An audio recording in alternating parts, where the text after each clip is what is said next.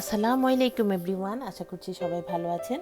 আজকে আমি আপনাদের সঙ্গে শেয়ার করতে এসেছি চমৎকার একটি টুনা ফিশের রেসিপি। যারা টুনা ফিশ পছন্দ করেন না তারাও এই রেসিপিটি করলে অনেক মজা করে খেতে পারবেন। তো টুনা ফিশ তো নানাভাবেই আসে, আপনারা জানেন যে ক্যানে থাকে, তারপর হচ্ছে যে এরকম প্যাকেটে থাকে। তো আমি হচ্ছে চাঙ্ক লাইট টুনাটা নিয়েছি, এটা বেসিক্যালি ওয়াটারের মধ্যে আছে। তো এটাই আজকে আমি ফ্রাই করে দেখাবো।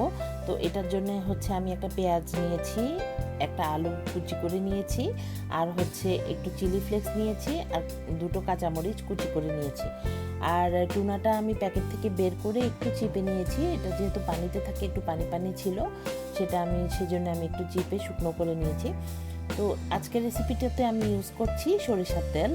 তো আমি প্যান চুলায় দিয়ে প্যানের মধ্যে সরিষার তেল দিয়ে দিয়েছি পরিমাণ মতো। তারপরে হচ্ছে তেলটা যখন গরম হবে তেলের মধ্যে আমি ওই যে আগে থেকে কেটে রাখা পেঁয়াজ, আলু, তারপর হচ্ছে চিলি ফ্লেক্স আর কাঁচামরিচ সবগুলো একসঙ্গে দিয়ে দিব। তো এখানে বলে রাখি যে টুনা ফিশটা তো আসলে অনেক হেলদি, কিন্তু এটার মধ্যে একটা হালকা একটা স্মেল আছে, ওই জন্য অনেকে খেতে পারে না। অনেকে আবার এটা সালাদ, স্যান্ডউইচ সব কিছুতে ইউজ করে, কাবাব বানিয়ে খায়। তো যারা যারা এখনো পর্যন্ত এই রেসিপিটি ট্রাই করেননি, তারা যদি ট্রাই করেন অনেক পছন্দ করবেন, আই গ্যারান্টি। তো আমি হচ্ছে তেলের মধ্যে সব কিছু একটু মিশিয়ে দিচ্ছি। আর এরপরে রেগুলার যে মশলাটা ইউজ করি সব মশলাই আমি হাফ টিস্পুন করে দিয়ে দিব। তারপর হচ্ছে যে আপনারা যারা আমার ব্লগ দেখেন তারা তো জানেন যে আমি সব কিছুর পাউডারটা ইউজ করি। রসুন, আদা, তারপর জিরা, তারপর হচ্ছে ধনিয়া, তারপর হলুদ, মরিচ সব কিছুই আমি হাফ টিস্পুন করে দিয়ে দিয়েছি। তো পরে অবশ্য আমি মরিচের গুঁড়ো যেটা চিলি পাউডার, সেটা আমি আরও হাফ টিস্পুন দিয়েছি একটু ঝাল ঝাল করার জন্যে। তো সব কিছু দেওয়ার পরে নাড়াচাড়া করে মিশিয়ে এরপর হচ্ছে আমি 1/3 কাপ পানি দিয়ে দিব, কারণ হচ্ছে যে নাহলে মশলাগুলো পুড়ে যাবে, আর আলুটা যেন একটু সেদ্ধ হয় সেজন্য দিয়ে দেওয়া। আর টুনাটা তো যেটা ক্যানে থাকে বা যেটা হচ্ছে যে প্যাকেটে থাকে, টুনাগুলো সব প্রসেস করা, এগুলো অ্যাকচুয়ালি রেডি টু ইট। তো এটা বেশি রান্না করার প্রয়োজন হয় না।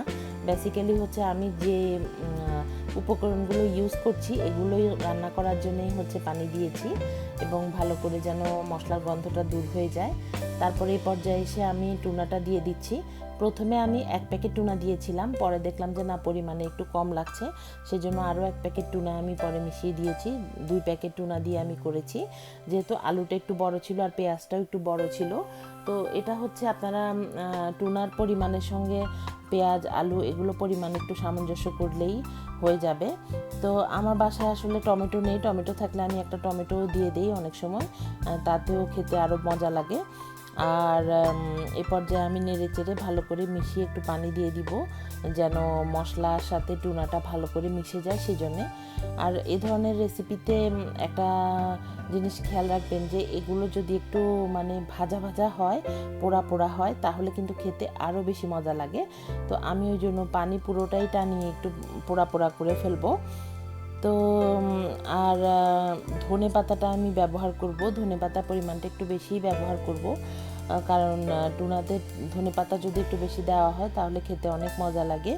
আমি সেজন্য ধনে পাতা কুচি করে নিয়েছি একটু বেশি পরিমাণে করে।